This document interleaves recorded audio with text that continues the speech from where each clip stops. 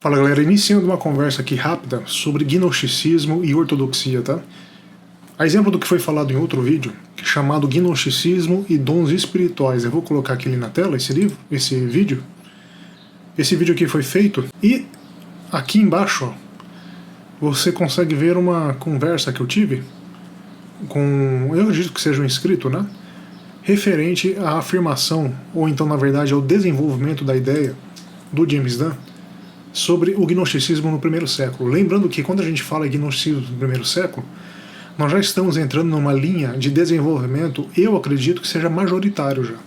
Obviamente que antes minoritário, hoje majoritário. Ou seja, o gnosticismo ele teria nascido no primeiro século e pior, não só no primeiro século, talvez antes de Cristo, a exemplo do desenvolvimento inicial de Filo de Alexandria, tá? E esses estudos que vinculam o gnosticismo já no primeiro século fazem um desenvolvimento gradual paralelo à ortodoxia, ou então à formação, à proto-ortodoxia, que então seria consolidada em 1 Clemente. Lembrando que a gente fala do Clemente Romano, a primeira carta de Coríntios. A mesma igreja de Coríntios fundada por Paulo.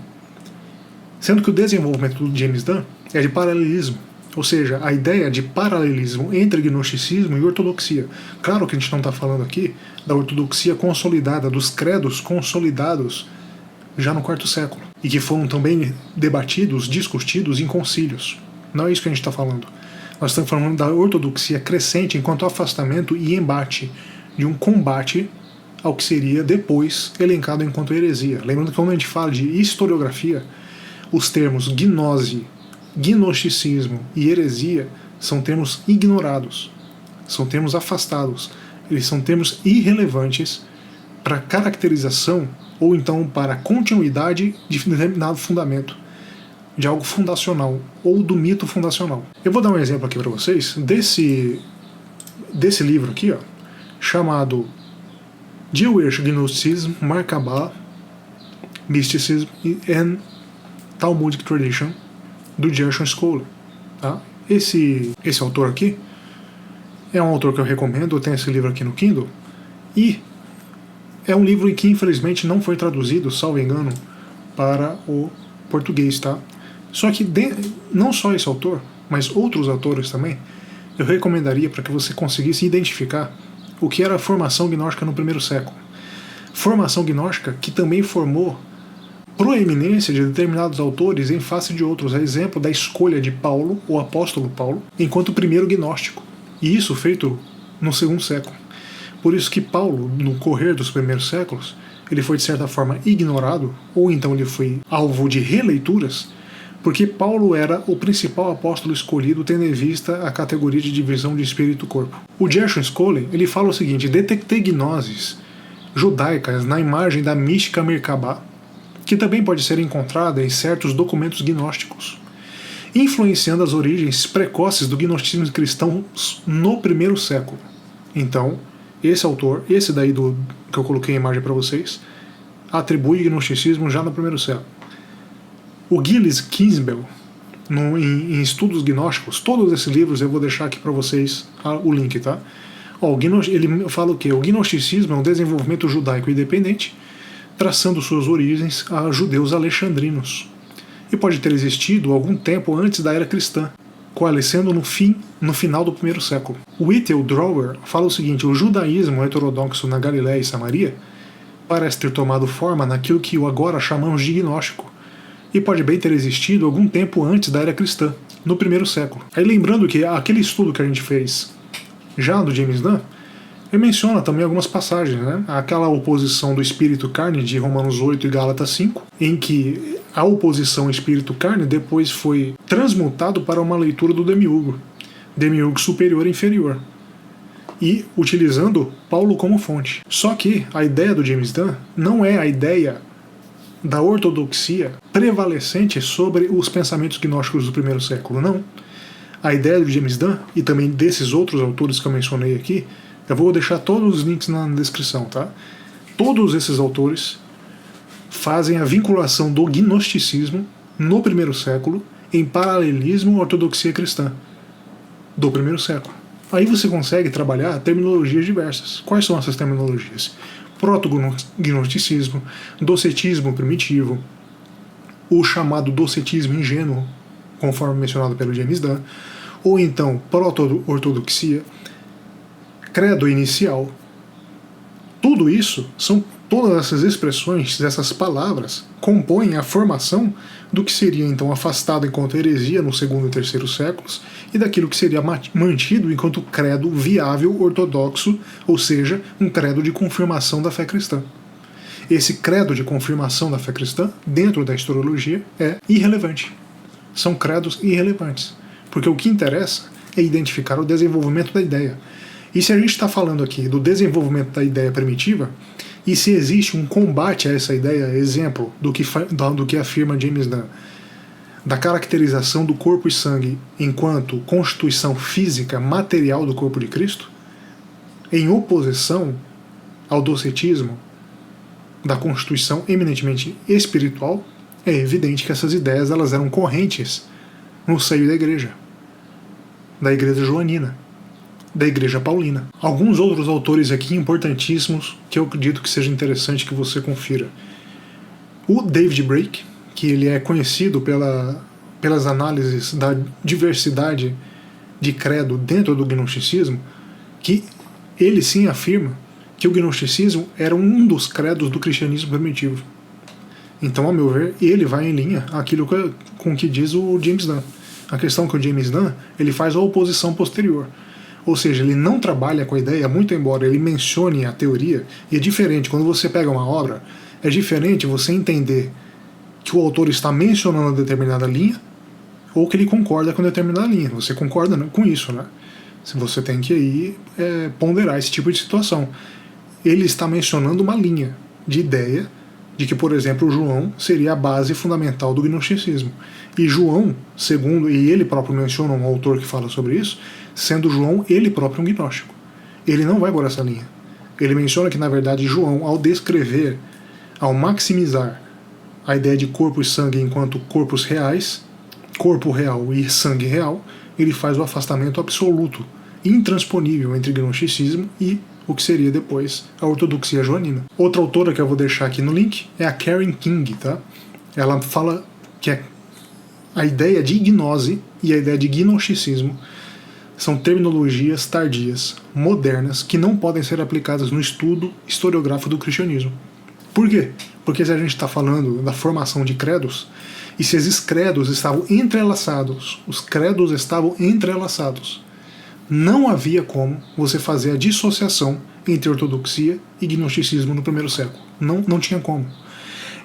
Essa dissociação ela foi realizada de forma gradual, através do desenvolvimento e da separação de credo. Essa separação de credo, então, descambou no que alguns autores chamam de credo de 1 Clemente. A carta de 1 Clemente aos Coríntios, a igreja de Corinto constituída e formada por Paulo.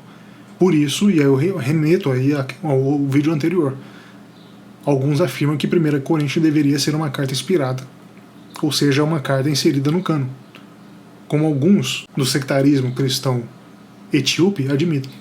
Eles leem a carta de 1 Clemente enquanto carta inspirada. Dentro dessa ideia, então, o que é mais importante? O Marcião, que viveu aí por volta de 140 d.C., o Marcião, ele afastava o Antigo Testamento, ele aderiu a algumas das ideias gnósticas, e ele próprio fazia a vinculação do proto-gnosticismo a alguns ritos iniciáticos. Quais seriam esses ritos? O batismo. Por isso que alguns autores fazem a vinculação direta da ortodoxia do batismo enquanto rito aderido pelo cristianismo. Ou seja, o batismo seria um rito gnóstico. Daí você pensa, não, isso daí é um absurdo, tendo em vista que o batismo decorre do judaísmo. Ou seja, o judaísmo constituiu a forma do batismo, sendo então tradição oral repassada, escrita, que foi depois assimilada pelo cristianismo. São embates, são visões diferentes, só que essas visões existem. Esses embates existem. Então, quando a gente estuda a ideia de ortodoxia e gnosticismo, por que hoje o posicionamento minoritário é de que o gnosticismo nasceu, ou seja, ele foi iniciado de fato no segundo século? Por que é minoritário? Porque existe já a formação do gnosticismo por decorrência do apocalipsismo de 1º Enoque no judaísmo. Então, alguns autores trazem, a exemplo de alguns desses que eu mencionei, mesmo a Elaine Pagels, que seria incorreto falar em gnosticismo cristão, porque nós já estamos falando do gnosticismo judaico, da ideia da gnose judaica. Ocorre que o desenvolvimento tardio ocorreu no 2º século através das atribuições ou então de características essencialmente esotéricas, afastando completamente a ideia real, a ideia da realidade, do corpo real. Portanto, aquilo que foi combatido, aquilo que foi descrito em oposição justamente no Evangelho de João. Tranquilo? Eu vou deixar esses links aqui para vocês, e a minha opinião, lendo James Dunn, é de que ortodoxia e gnosticismo eram concomitantes e eram indissociáveis. Na discussão desse vídeo que eu coloquei, eu menciono que eles são indissociáveis. Por quê? Porque no 1º século, a ortodoxia ou a proto-ortodoxia, o seu germe, o seu nascedouro, ele estava em paralelo e muitas vezes entrelaçado ao gnosticismo, ao proto-gnosticismo, ou então ao que foi chamado enquanto docetismo ingênuo, o docetismo inicial. Docetismo que é uma das vertentes do gnosticismo. E há quem diga que inclusive o ebionismo, aquele da Igreja de Jerusalém, defendida enquanto manutenção do rito judaico por Tiago, esse ebionismo tinha características gnósticas, tendo em vista a seleção da sabedoria e de mistérios iniciáticos que seriam somente conhecidos por aqueles que foram iniciados, que é uma das características dos gnósticos.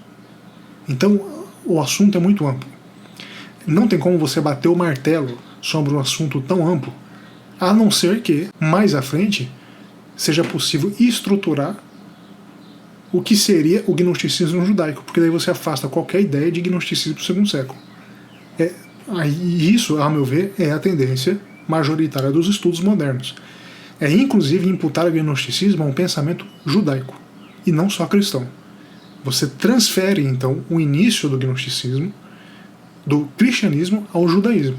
E a partir do judaísmo, a partir do entrelaçamento da tradição oral, etc., você faz então a vinculação entre judaísmo, gnosticismo judaico e gnosticismo cristão. Aí sim você começa a falar, não, nós temos sim o início no gnosticismo cristão em tal e tal época. Ok, aí tudo ok. Se você faz então essa ideia de gnosticismo cristão, por mim, eu não vejo problema algum quanto a isso. Você vê isso em várias obras. Agora, o que não dá é para você separar o gnosticismo do desenvolvimento oral, tradicional, orgânico, ortodoxo do 1º século. Não tem como você fazer essa dissociação. Justamente porque o gnosticismo utilizou nessas fontes e bebeu nessas fontes para então formar o que seriam os caminhos heréticos do segundo século. Lembrando, quando a gente fala em caminhos heréticos, quando a gente fala em ideias heréticas, em doutrinas heréticas, nós estamos falando por uma visão da linha de credo que venceu no correr dos séculos, da linha vencedora, sendo a heresia a linha perdedora. Dentro da historiografia é essa linha que é adotada. Heresia é a linha perdedora, no sentido de que ela foi uma vez afastada e uma vez abandonada. Por isso, tratada enquanto heresia. Não é porque ela venceu e ela correu caminhos paralelos e depois formou sectarismos concomitantes com a igreja, não. Foi extirpado, foram afastados. E os hereges, muitos deles, condenados. Tá? Isso daí é trabalho, isso daí é trabalhado de forma muito tranquila aí, em vários livros de história. Beleza? Breve conversa, então um grande abraço a todos, tudo de bom.